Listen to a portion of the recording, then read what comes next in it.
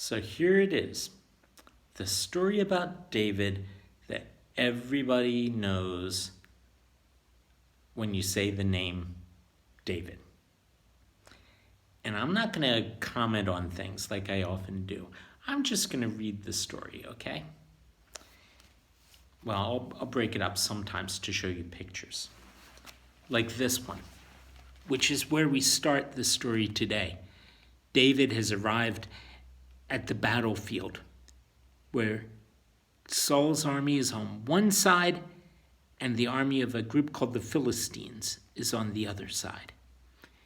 And we're looking from David's side of the field across at that big guy standing in front of everybody. Just as David met his brothers, some of the soldiers shouted aloud, "There he is! There's Goliath!" Puzzled, David looked to see what they were talking about, but on the other side stood the biggest man he had ever seen, and he was coming out of the enemy camp. The giant was almost 10 feet tall. He was covered with armor from head to toe, and the giant looked toward King Saul's tent. Then the giant roared, "I am Goliath. I will fight any of you.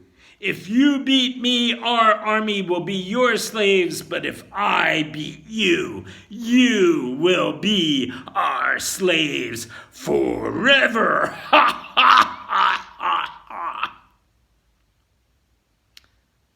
King Saul's soldiers looked at Goliath. They shook with fear. But the giant didn't scare David. The soldiers even heard little David say, "I'm not afraid. I'll fight the giant." And the soldiers told the king what he said. The king heard that somebody wanted to fight the giant, and the soldiers brought David in front of the king. King Saul asked, "David, are you the one who wants to fight Goliath?" There you go. There's a picture. David talking to Saul and volunteering to say, "I'll fight the giant for you." The king said, "David, you're just a young shepherd boy. You're not trained for battle." David said, now I said I wasn't going to comment, but I will. This is where some of the stuff that his father was making him do that he thought was just keeping him as a child turned out to be exactly the stuff he needed to know later on. You figure out the point of me saying that, okay? Well, here's what David said. He said, "The job of a shepherd is to protect his sheep. I have saved my sheep from a lion. With God's help, I can save us from the giant." Nobody else wanted to fight the giant, so the king agreed to let David fight Goliath. King Saul wanted to protect David, so he gave the boy his armor to keep him safe. And after trying it on, David said, "Your armor is too heavy for me. I must fight my own way. God will help and protect me." And here's a little picture of what he might have looked like trying to wear somebody else's armor that was way too big for him. David ran over to a nearby stream. He chose several smooth stones to use with his sling. David placed one of the stones inside the sling, and then he ran back. This wasn't a slingshot like you pull back and it goes. This was like a piece of cloth, and you swung the stone around in the middle of the cloth. You let go of one end, and the stone would sail out from that. So it's not like a slingshot kind of deal.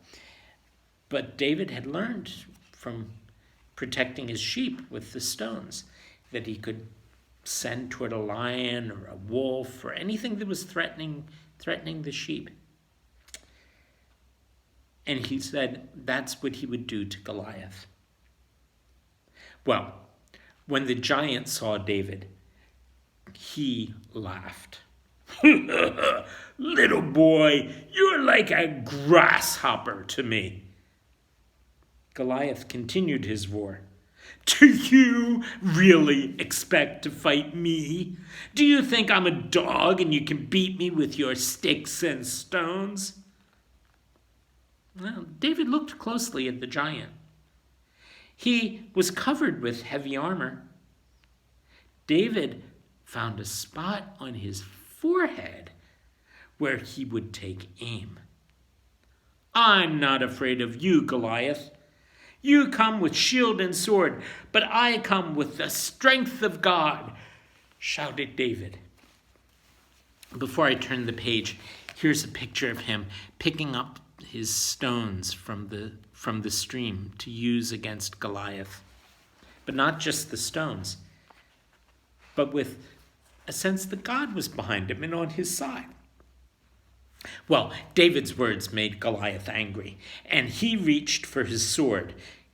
King Saul's army was silent. They watched David as he went toward the giant, and he swung his sling over his head. Round and round it went, and then he let the stone fly.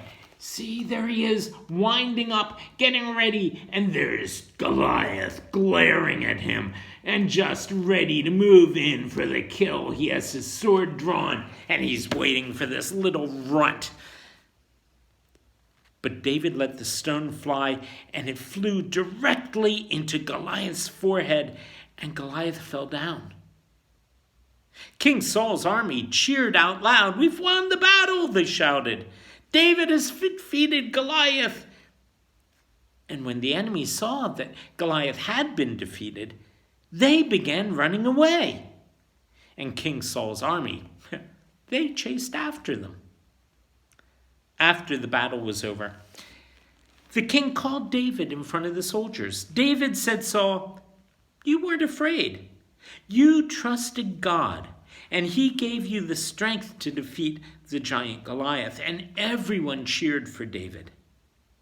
And David thanked God for giving him the courage to fight the giant and to win. If you ever need help, always ask God, and he'll always give you what you need when you need it. What you need right now is sleep. So have a good night, get some good rest, and have a really good day tomorrow too. I'll see you then. Bye-bye.